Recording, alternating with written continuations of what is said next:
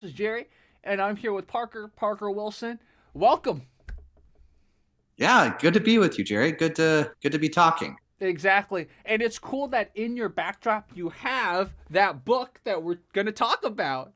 Yeah, So, nice little overlay or display of the book. thanks. It's a poster I had for one of my first book signings, so I I decided to see. keep I decided to keep hold of it. Cool. Smart. Okay, so we can go ahead and get started with the book. I think the first thing I'll tell viewers who haven't read the book who are interested, there's a lot of Arthurian legend kind of thing, King Arthur type of stuff. So, tell me about that. How much Arthurian legend did you study, and why did you kind of decide to go in that direction? That's a really good question. And to be honest, I think it just happened. I don't know really how to explain like the first pivotal moment that just set the rest in motion. Aside from the fact that when ever since I was little, I loved the King Arthur story.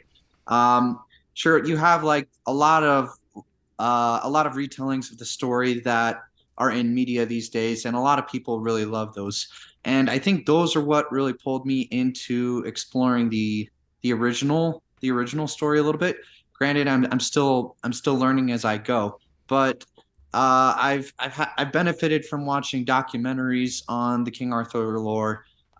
Basically, where the stories that the original authors from the 12th century drew their content from, and basically how accurately our understanding of the King Arthur story reflects um, whether or not like whether or not this person like was real, or if he were multiple people, or even like if he was the type of person that media has glorified him to be. Yeah, exactly.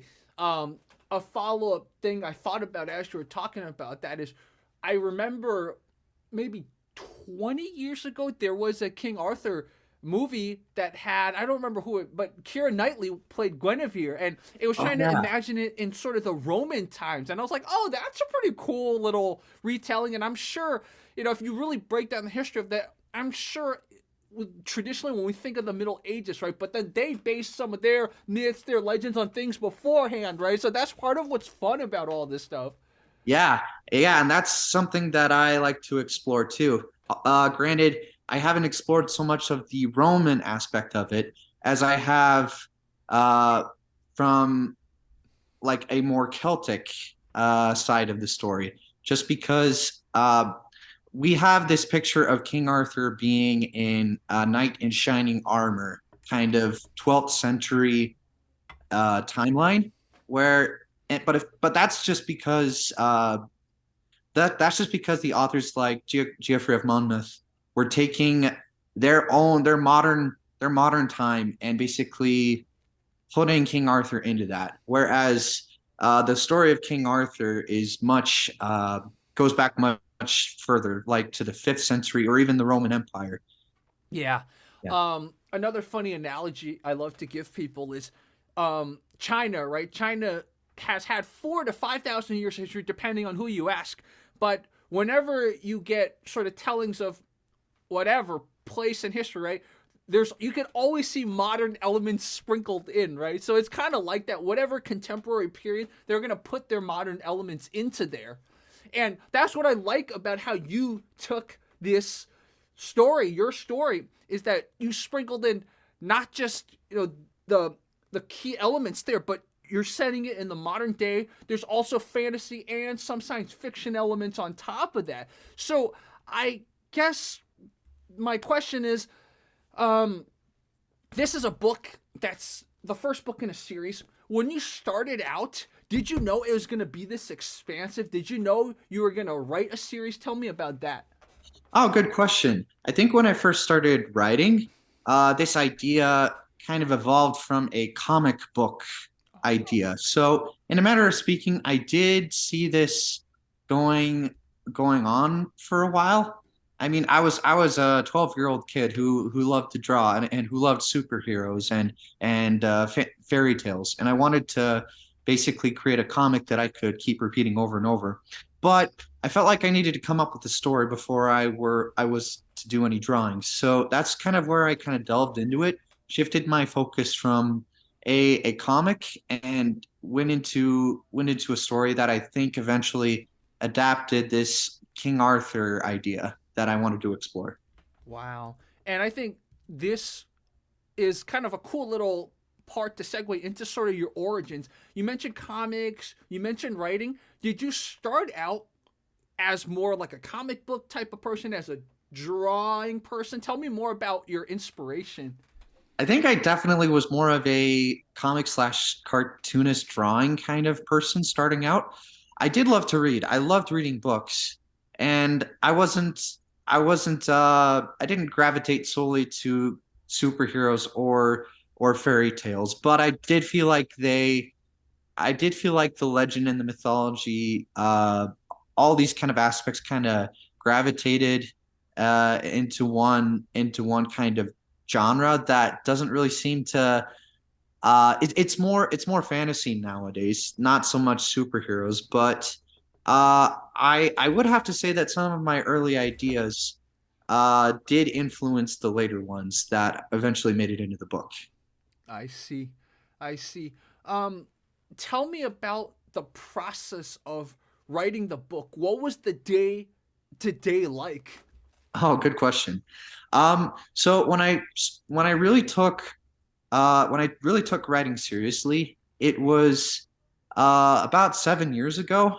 Hmm. Because prior to that, I had gone through college and a few other experiences that required me to have to shelve the project just a little bit. And I still had some manuscripts and ideas that I was able to build on top of. But when I eventually got into my later years of college, writing became really therapeutic for me, and I felt like I needed to do it to kind of let out some creative energy, and also just to kind of take a look at, like, in some ways take a look at life, just because I'll be honest, writing has a way of doing that for me. It helps me to look at stories and kind of see how they might be real life stories in some ways, even though they're fictional, and even though all the elements aren't really there. So, but back to your question about like what my schedule kind of looked like. Um, it's been a long process, just because I'm a self learner. I mean, I'm self taught. I didn't really have any writing teachers except for ones who taught me how to write essays in college. They didn't really teach me how to write a fictional story. So I think I needed to spend some time like learning how to write in the first place. It took a lot of trial and error, and some time sacrifices, but eventually, like by carving out some time, trying to at least put down at least a few words a day until I was able to get some more momentum and some more excitement, and even some encouragement from family and friends. I think just committing to that eventually helped me to finally put my story into a physical book. And it's a funny parallel because part of the reason I'm doing these talks, again, these, I would call them a hybrid between an interview and a podcast, right? Is because kind of like how you found writing therapeutic, I find this stuff therapeutic. And I was hustling various interests so hard for 2 years that I forgot about this. I started this channel under lockdown because I'm like, this is what I used to do in person. And it's kind of like I had to dive back into what made me enjoy certain things and what I wasn't doing. I'm like, this is something I love to do. So again, I wanted to thank you again. I didn't thank you in the beginning, but thank you for joining this podcast. This is sort of my therapy, like your writing. Well, thank you. Yeah, I'm just glad to be here to talk with a person who took an who was willing to take a chance on my book, so to speak. Definitely. Definitely. And I guess we can dive more into your book now. The first thing that I noticed was, so it starts out in first person, right? The prologue is first person, and then it switches to third person. What was the thought behind that? Really good question. Just a little bit about that first segment. It's actually the last sections of the book that I inserted into it prior to publication. I didn't write that. I didn't write that prologue first. I wrote it last, actually, and have since then refined the book even more. But I think yes, the whole story, the majority of the story, aside from that chapter, is written in third person. I think I wanted to create like a short story in the beginning that was in the first person that could kind of be viewed as like uh, kind of like an ancient manuscript pulled out from time that was lost to the ages. And if a person were to find it, maybe like maybe like some kind of archaeologist or some kind of historian, if they were to pull it out and kind of read into it, they'd kind of see a different take, uh, the personal experience of one of the characters who wasn't Arthur himself, but had a close connection to him. Yeah, like in some ways, King Arthur is in this book, but he's more in the past, and so I'm kind of bringing him into the story through the perspectives of other people, and that's what this first prologue is. It's the personal account of Sir Bedivere, one of the last knights of the Round Table, and he's a really special knight in the sense that he was the one who basically carried on the story of King Arthur after King Arthur was essentially gone, in a manner of speaking. He was the one who threw Excalibur into the lake and was caught by the lady, and the sword was caught by the Lady of the Lake. And I felt like that was I wanted to highlight that key moment because it's what connects the old mythology in the story to the modern world that I am creating inside of it. Yeah, exactly. And I think this is a great segue for the next question, which is the modern world. Part of what drives any story are the characters, right? So tell me about how you create a character. What are the inspirations when you try to write a character? Cool. I'll try to. I've been thinking about that. Like, where do I come up with my characters? I've been doing it for a while. I haven't really had a structured, solid process for every one. Um, like I needed to have characters first off. So like you have to have characters in order to tell a story. And I think I gradually. It's kind of like the statue of the David, or the David. You basically start with this giant block of stone, and you know that the David is inside of there, but you've got to kind of chisel away at it. You have this idea, and then you kind of chisel it out. But then as you go, you start to kind of come up with the ideas, the finer details that you want to have. So, but with regards to the inspiration for each character, I think my inspiration came from a lot of personal experiences I have. I wasn't trying to copy people from real life to be the exact characters that were in the story. I wanted to have some originality, but I did feel like I wanted to put a little bit of myself into each characters, or not necessarily because I feel like I want to get to know myself, but I want to get to know other people who might be able to resonate with that. And so, uh, in some ways, like when I try to create these characters, I try to think of how is this character going to connect me to maybe another character in real life who might have this similar weakness, or who might have this similar strength, or maybe a character who I have never really met in my life but I've heard about, but I just want to try to understand them a little bit better. That's super interesting. Um, yeah, because I've tried writing screenplays before back in college. I took a screenwriting class, and I just remember I don't think any of my characters really came to life. But again, it was my first screenwriting class. But I just remember it's just like, yeah, how do you come up with a character? I mean, pulling from experience, right? That's basically what you're doing. And then it's like you sort of, I love to put yourself into a little bit of maybe different aspects of yourself into every character. I never thought about that, but that's super interesting. So every character has a little bit of sort of your signature. Yeah, if not every character, then at least a lot of characters. And in some ways, like it's actually good for me to put like other aspects of I don't know things in life that I haven't really that aren't just me because it helps me to kind of investigate a little bit more to try to learn more from other people too. I mean, not to make writing all about like my connections with people, but that is a huge thing that fuels my writing is like how are the relationships in the story really carrying the plot besides the world itself that the characters live in. Was there a character that was really hard to write, and then conversely, was there a character that you really enjoyed writing? Yeah, I think let's see. I think sometimes the hardest characters for me to write are are the ones that I haven't really taken the time to get to know. Uh, I mean, like, sure, like there's this thing called imagination. We can imagine characters and make them out to be whatever we want.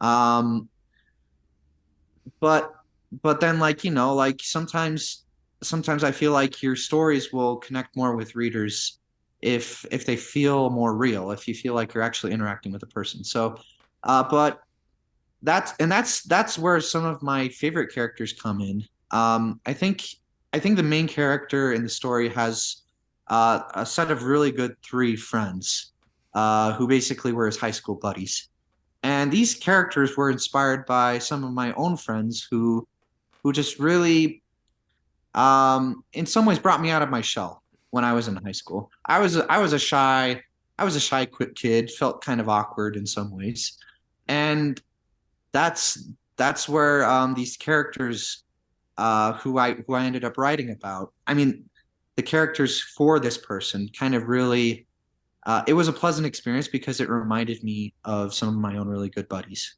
Wow, that's super fascinating. Um, yeah, I'm thinking back on when I wrote screenplays, and I, I guess yeah, sometimes you do put certain elements of people that really helped you, whether through a tough time or come out of your shell, etc. Yeah. In fact, one of my characters, I just kind of gave him the same name as a friend. I was like, I don't care. Um, and the main character in this novel has a love interest, right? Like, it blossoms. Tell me about her. Like, some stories there's not even like that female character, right? But what was the decision there? Yeah. So yeah, I mean, you can definitely tell that there's a blossoming relationship with the main character and this girl that's in the story as well. Mm-hmm. And she's actually a really important character, not just because he eventually finds himself drawn to this girl, but because of who she is as a person. Like their relationship isn't the whole point of her being in the story. Like I wanted to focus on I wanted to focus on a person who help bring out the best in this character, but at the same time, he he wasn't her son. She wasn't revolving around him as though like he was the primary focus of her life. Uh, so I think the reason why I wanted to include this kind of character was because like life is about in relationships it's two people like maybe not necessarily looking for love. I mean, people are interested in love and romance, and but I also think there are other aspects of a person that really bring out a really fun story, and that's what I wanted to explore for this person.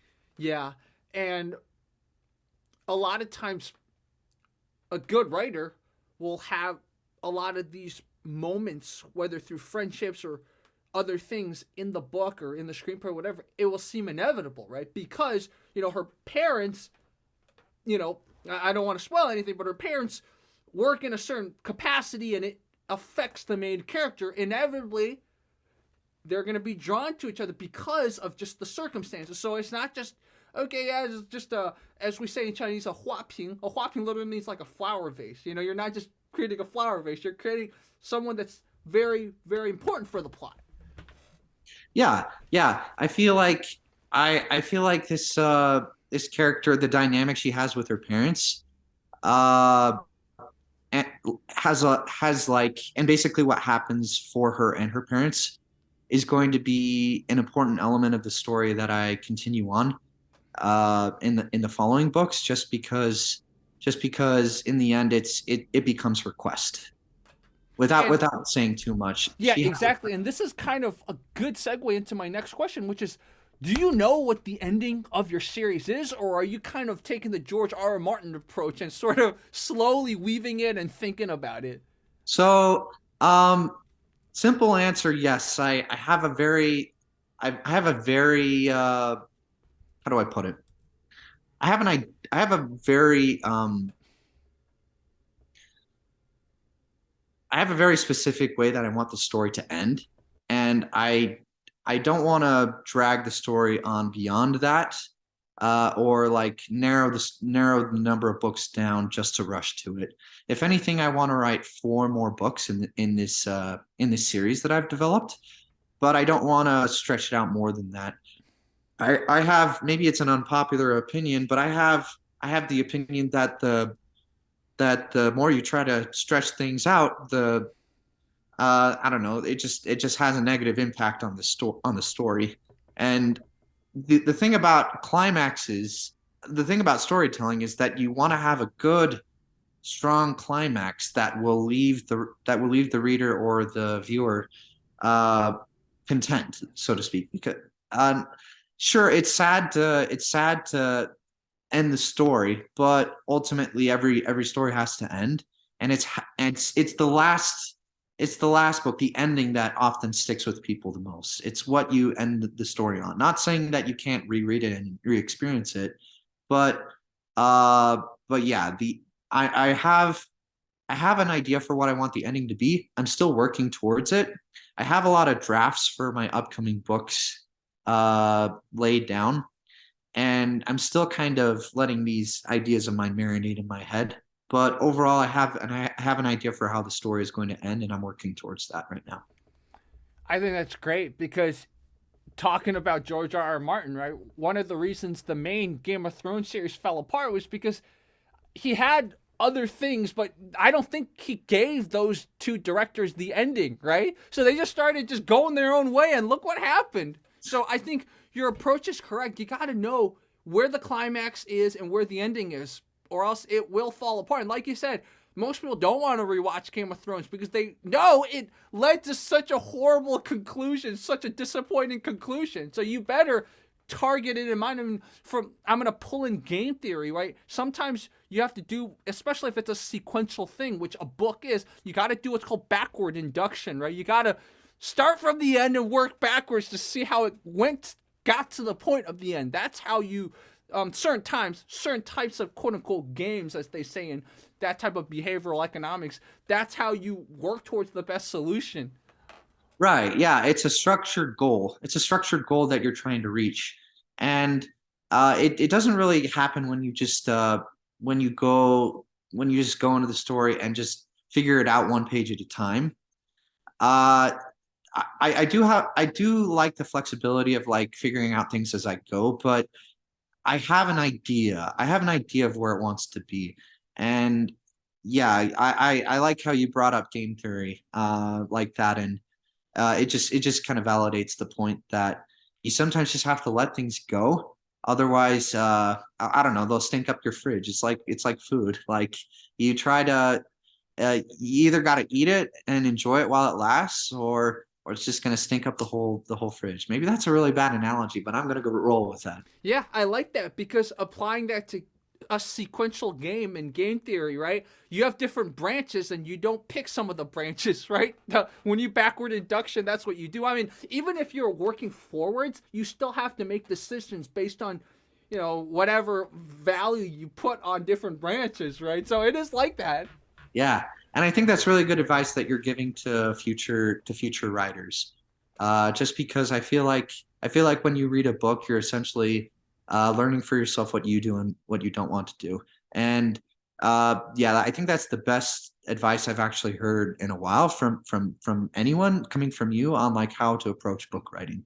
Oh, that's awesome. Well, I'm glad. One of the reasons I thought about this is because, man, in eighth grade, I had the worst English teacher, and she gave us this assignment: write a story, but it was for grammatical practice, right? So already it was not for the right reason. So you had to incorporate certain grammatical things we were learning into the story. And then one of my friends wrote a pretty funny story. He was one of these friends that like really didn't give an F, so to speak. So his story was all over the place, but because he was free flowing, the story was just funny, even though it didn't make sense. But because he didn't give an F, he forgot one of the rules that the teacher gave, which is it has to be at least 3 pages or 2 pages. I forgot. She had a page length in mind, and my friend didn't meet the page length. So as much as he free flowed it, and it still had an ending, but then he found out, oh no, I have to make it longer. So then he just randomly wrote an epilogue that he tried to fit into the ending, and it didn't make sense at all. And so like I was thinking about that, and then I was thinking about, oh man, if he knew, first of all, that there was a page limit, and on top of that, even beyond that, if the stupid teacher didn't give a page limit, everything would have been solved. People would have had more fun with this stupid assignment. Yeah, yeah. It sounds like he experienced like I don't know, just like what a lot of writers what a lot of writers struggle through. They have to kind of figure out like what rules to have and what rules to let go. There's the story. I don't know if it's true, but I've heard two iterations of the story. One is with certain Stephen King novels. Apparently, he was paid by the word, right? And then the other iteration I heard of the story is the guy who wrote A Tale of Two Cities. Apparently, he was paid by the word for that too. So whether that's true or not, right? The central issue that these rumors get to is that you definitely have to be careful what rules and what lack of rules you apply to yourself as a writer and other people, whether publishers or whatever, apply to you. And I guess that just actually leads to a good segue, which is tell me about the publishing process. Oh, really good question. Yeah. So aside from being like a self-taught writer, I'm also like a self-taught publisher. I self-published my book through Amazon, KDP, and then through Barnes and Noble Press. And yeah, like it's fun having my books out on both these platforms, but it took a lot of figuring out these rules that exist out there, the rules that you need to follow in order to in order to get your book onto platforms and into the hands of readers. And the thing about writing is that there is a ton of flexibility. There is a ton of flexibility, especially when you self-publish. You aren't bound by the number of words you have to write, like, and you can basically have more freedom in the type of content that you want to write about, just because you are your publisher. Uh, so I feel like that's what really drew me, self-publishing with these two services really drew me in, because as even though traditional publishing works for a ton of authors, and if that's what they want to pursue, if that's what they think will work for them to get their book out there, great. But I like that when I am writing my book, I have my own timelines, I have my own deadlines, and instead of someone else kind of controlling it, I do have to put in more time, and I do have to put in more money in some cases in order to get these projects out there. But I maintain the control that I want. Right now, this isn't my main occupation. This for me is a creative outlet that I'm just seeing where this goes. And yeah, it's led me to publishing the books so far, and now I'm just still riding the wave. And what's your primary industry, if you don't mind me asking? Oh, I'm a software engineer. Oh, okay, that makes sense. That makes Yeah, sense. yeah, we So had that's talked good. about It's like the software engineering is very left brain, right? So I think writing a novel can be very right brained if you do it in a certain way. exactly. Yeah, yeah, and I think you can even combine your right brain and your left brain sometimes, depending on what you're writing about in the story. But yeah, thank goodness for my creative hobbies to kind of help me to explore the right side of the brain, and then my main occupation in writing code and programming applications to help me with my left side of the brain. Yeah. And a funny story. I don't know if I told you this on Facebook, but when I realized I was getting too left brain in 2022, I it's so great that you sent this book. Almost the timing was coincidental because as I started reading this, I'm like, this is really good right brain therapy because part of what the left brain does, it likes to categorize and it likes to segment, etc., which inevitably it'll do when you read a book, right? But part of the book is the full experience, as some psychologists call the gestalt. And that's very right brain, right? If you can't turn off the left brain a little bit to get the full experience, the immersion, you're not going to ever finish a book or in general read a book, right? And that's what I realized sitting down. First of all, we have the 7-second TikTok attention span, and I only say TikTok even though I don't use TikTok, but YouTube, Twitter, Facebook, they're all trying to move towards that anyway. So no matter what, it's TikTok's cause, but we're gonna know, even if you don't use TikTok, you're gonna have a TikTok attention span. So part of it was I had to really train myself again, sit down, read a chapter. And I was doing what as a kid sometimes we would do. I would kind of like look ahead to see how long the chapter was, and then I'll be like, oh, I can do it. Okay, all right. Now, yeah, I mean, yeah, it's so interesting. Like, I haven't really. I mean, I'm only thinking about this now after you've brought it up about like how our right brain or our left brain influences the way we read, and how the book itself might influence the way we think too. Yeah.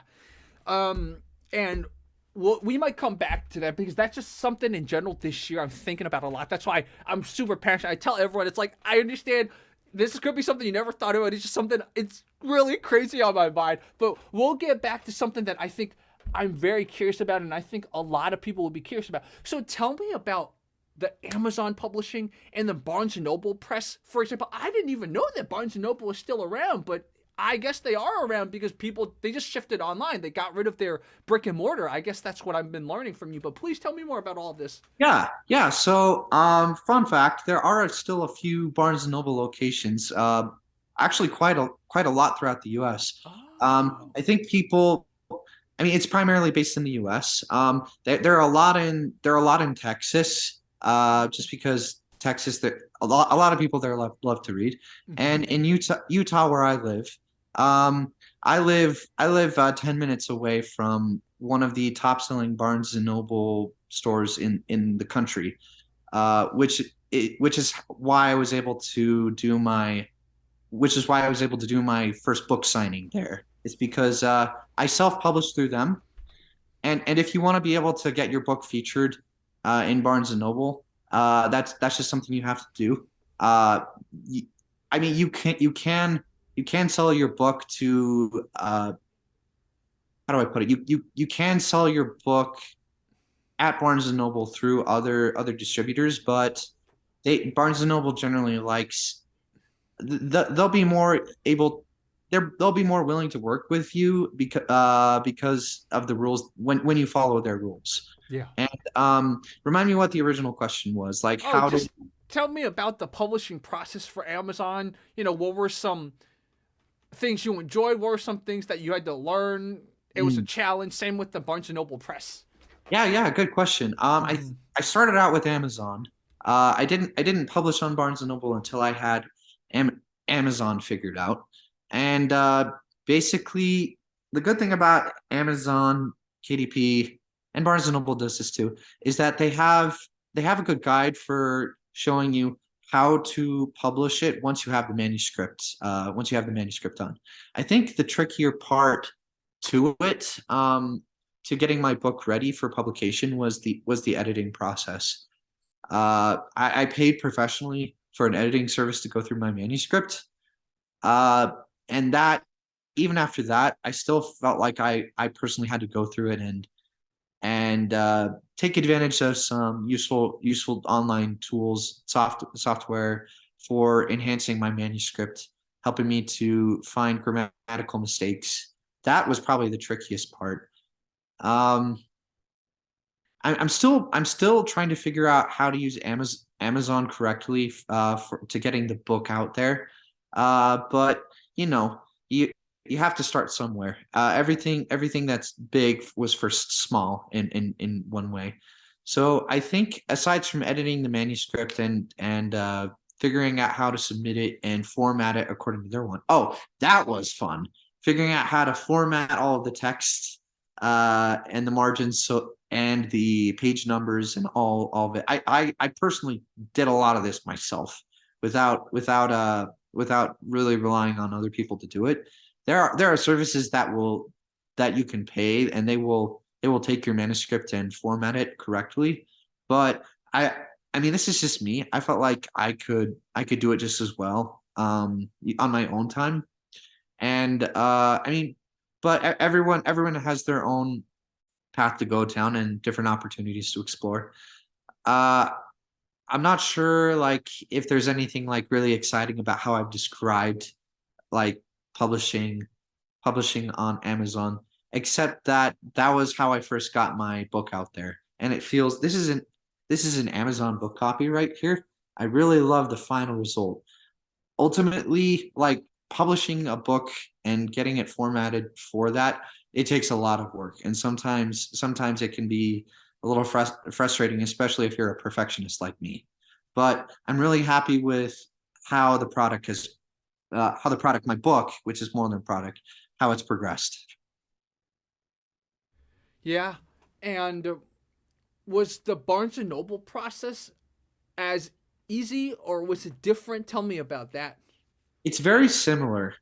Since they're both kind of producing like the same end result, it's very similar. You first format your manuscript, in like a Word document format that can be uploaded. That could be uploaded to your portal platform, and then you also have to have a cover designed, and that's also something I did for my book. I designed the cover. Uh, Actually, the cover itself like takes a little bit to format correctly just because of the positioning, and you generally want to have a copy printed out to you, just and then to see what it looks like, and then know how to proceed after that. You also have, aside from like the way you actually print the book, um, you do have you do have to figure out as well, like keywords that you can look up. I mean, that you can associate to your book so that you can market it. So that when people search for these terms, uh, that your book will become more likely to pop up in their search result. Yeah, exactly. I think this is part of what I find fascinating because I've built quite a few YouTube channels and the keywords, the tags, and stuff like that. That's something that used to play much more, but a lot of people also gamify it, right? Even on Amazon. So YouTube's been, and actually, it probably was always this way. A lot of times when people think they're sort of like SEO or whatever makes a difference, it often is just a coincidence. It's correlation. It's not causation. Like the video was good, it would have gone quote unquote viral anyways, right? And I think there is probably a little bit of that going on. I used to work at ByteDance, so I used to work at the company, so I smack talk TikTok. But when I was at ByteDance, there wasn't even TikTok. They had the Chinese version, but it hadn't been introduced in the West yet. But what I learned at ByteDance and what I thought was what made YouTube different than a lot of these Chinese platforms, but it turns out it wasn't, was that at ByteDance, it was all about the machine learning. What you did for your metadata meaning like keywords, titles, etc., meant nothing. But I'm sure the creators on various platforms, ByteDance had many, many platforms before TikTok, thought, what they put the keywords in, it had made a difference, right? And now I think on YouTube, it's becoming the same. Now, probably on Amazon, it's a little better, right? Because if you look at most Amazon titles, when I'm talking e-commerce rise, everyone's gamifying their titles like crazy, right? So I'm sure there's a lot more of that still in effect on Amazon. But I am also sure, knowing the way digital media in general, cyberspace, and since you're a software engineer, you probably know a lot about this, how it's evolving. These words are going to matter less and less. And again, it's going to come back down to the machine learning.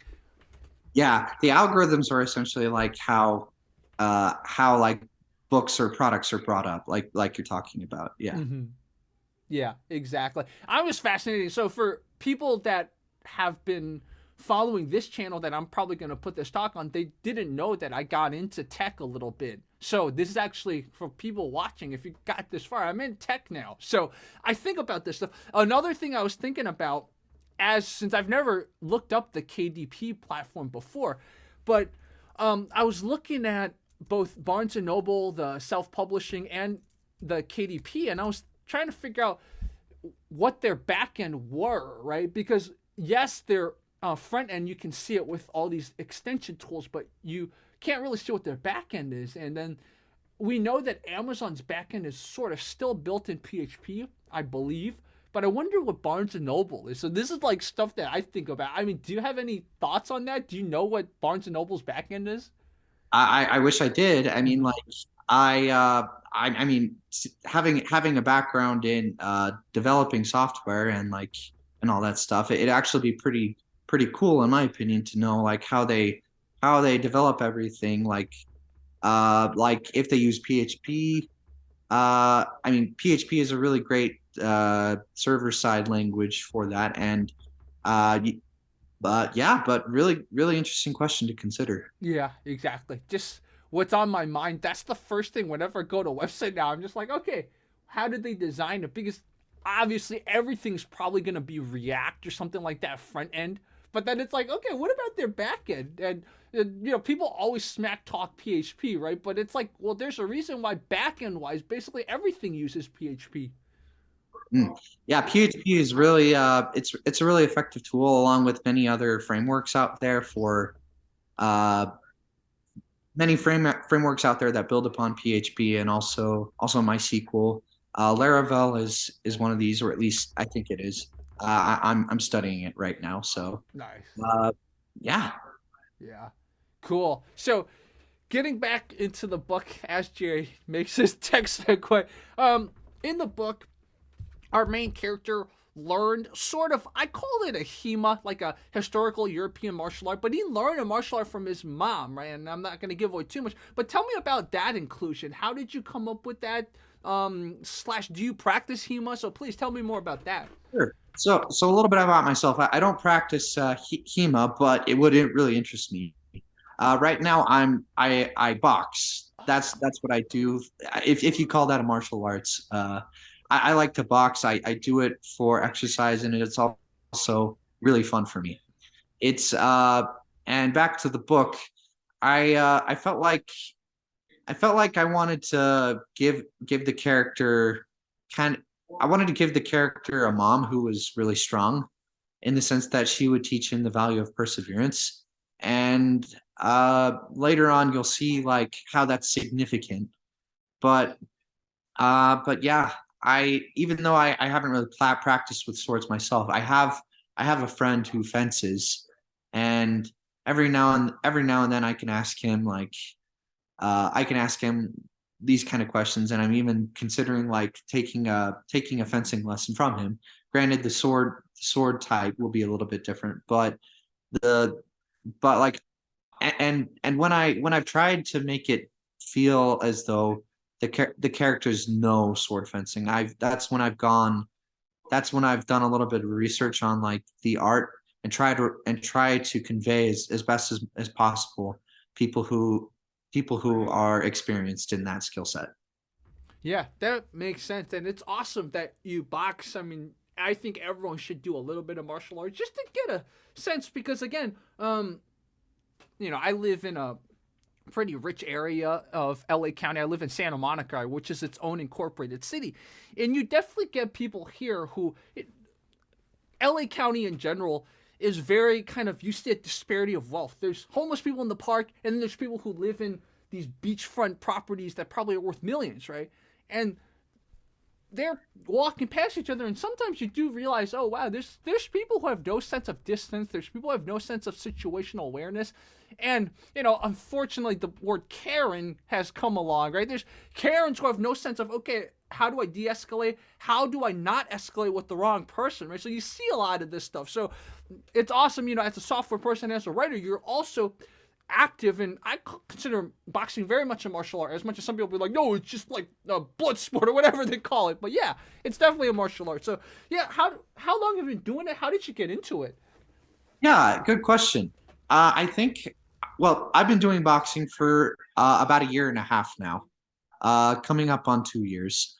And I think what got me into it was that I was I was working so much in software that I was spending so much time on the computer that I wasn't really spending enough time taking care of my brain physically, both both my brain and my body, learning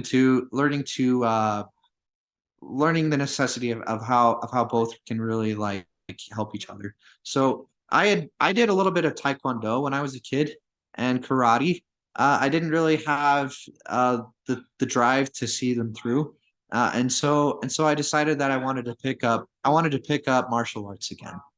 It was something I kind of thought about for a little bit, and then I explored boxing. The first two times, I'll be honest, I felt like I was really not gonna make it through the hour lesson that we were doing. I thought I was going to die essentially, but I stuck with it because I just felt like boxing was teaching me more than just like learning to throw a punch. It was teaching me to learn how to discipline myself, and I think that's ultimately uh, the core of martial arts. Is not learning how to be the aggressor. It's learning how to discipline oneself and how to have inner strength. Or at least that's my perspective on it. Yeah, that's beautifully said. And yeah, in the future, if you ever want to send any footage of just training or just for fun, feel free to send it to our fight commentary, whether on Facebook or on Instagram. So always Yeah, down I'm to pretty feed sure. your viewers. Oh, sorry. Yeah, Yeah, I'm pretty sure definitely. that the gym that I go to would love the advertisement. Yeah.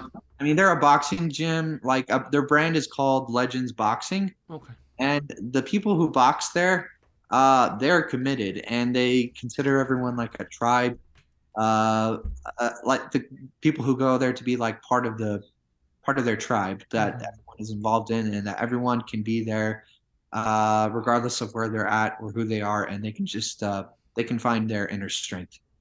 Yeah, exactly. I'm looking them up right now. As I see, they're in Utah, they're in Colorado, they're in Arizona, not in LA yet, and they're in Texas. Okay, I see there.